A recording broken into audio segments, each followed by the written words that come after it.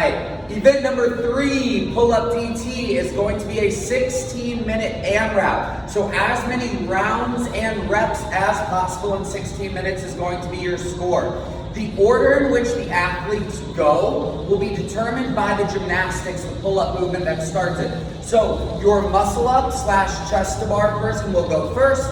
The person doing pull-ups will go second.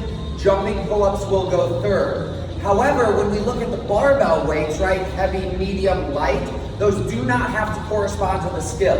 So the person doing your muscle-ups is not required to do the heaviest barbell or vice versa. You can break that up as long as one person is doing each gymnastics movement and one person is doing each bar weight.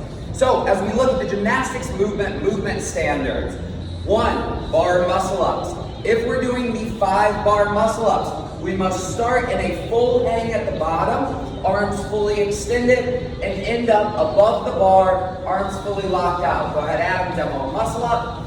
We see a full extension, a kip up over the top, and a press out on top. Coming back down, he would have to come out to another full extension, going back up above the bar.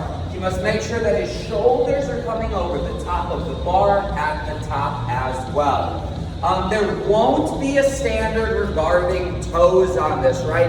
A standard muscle up in the CrossFit world, the open, would require that your toes not raise above the bar. We're gonna let that slide in our Jag Fit competition.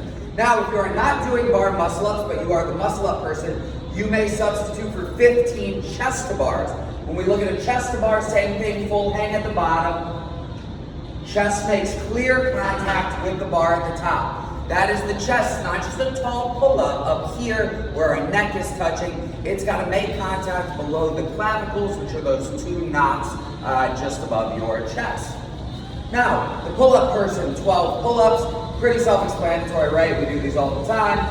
Full lockout at the bottom. Chin clearly goes above the bar at the top. Not chin close to the bar, not chin kind of back here behind the bar. Chin is taller than the bar at the top of each rep, and full lockout at the bottom. If we're doing jumping pull-ups, we will make sure we have a box that allows, when fully extended, about mid-forearm, right? Approximately 4 inches below the wrist. We're not gonna stack single-inch mats or plates. This would be close enough. Same standards as a pull-up. He must come to full lockout at the bottom, and then he may jump. Chin clears the bar at the top. He always has to come to full lockout at the bottom, even if he wouldn't have to finish the rep. Show them half reps. No rep, no rep, no rep, right? He's got to lock that out every time going up. Stick around. We'll show the ring muscle up standards at the end of the video. Moving into the barbell standards. Let's get that bar back a little bit. There we go. That'll be fine. That'll be fine, I believe.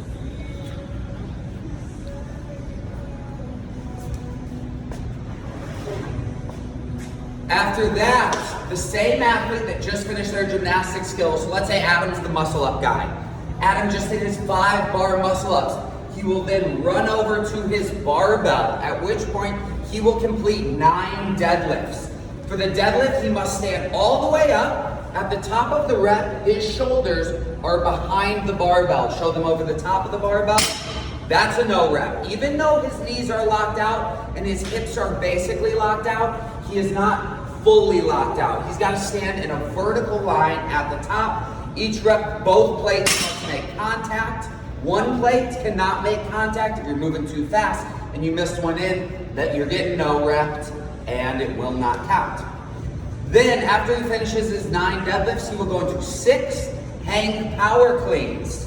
Go ahead and show them a hang power clean. Important note on the hang power clean. He may not start with a full clean. So let's say he does 9 deadlifts, do your last deadlift, and he drops the bar to take a break. He must then pick the bar all the way up to full lockout before descending into his hang clean. Boom. He must also make sure he flashes his elbow each time. Show them a non-elbow flash. Boom, not a rep. Elbows must come in front of the bar every time. He must also make sure he's locking everything out at the top of the rep. Show them not locking out.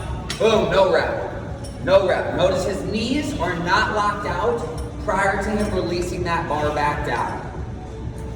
After his 6 hang power cleans, he will finish with 3 shoulder to overheads.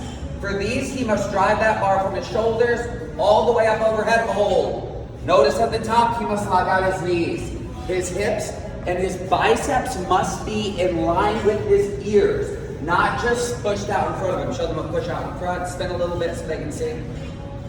Boom, not a rep.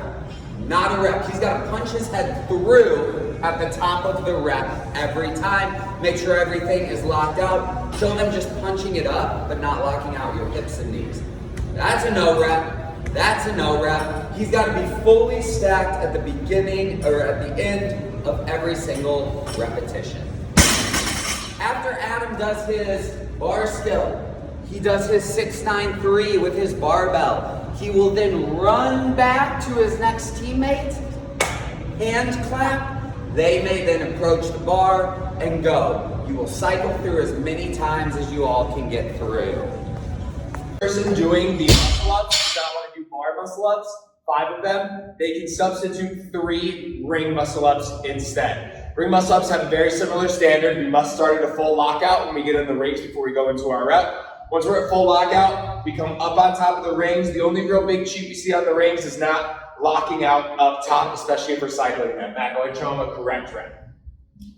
Arms locked out, comes up, full lockout up top. Show them as you're cycling that you short that lockout. This is not a rep. Boom, not a full lockout before he comes back down to get his second rep. You gotta come through, lock out, and back up. That's it.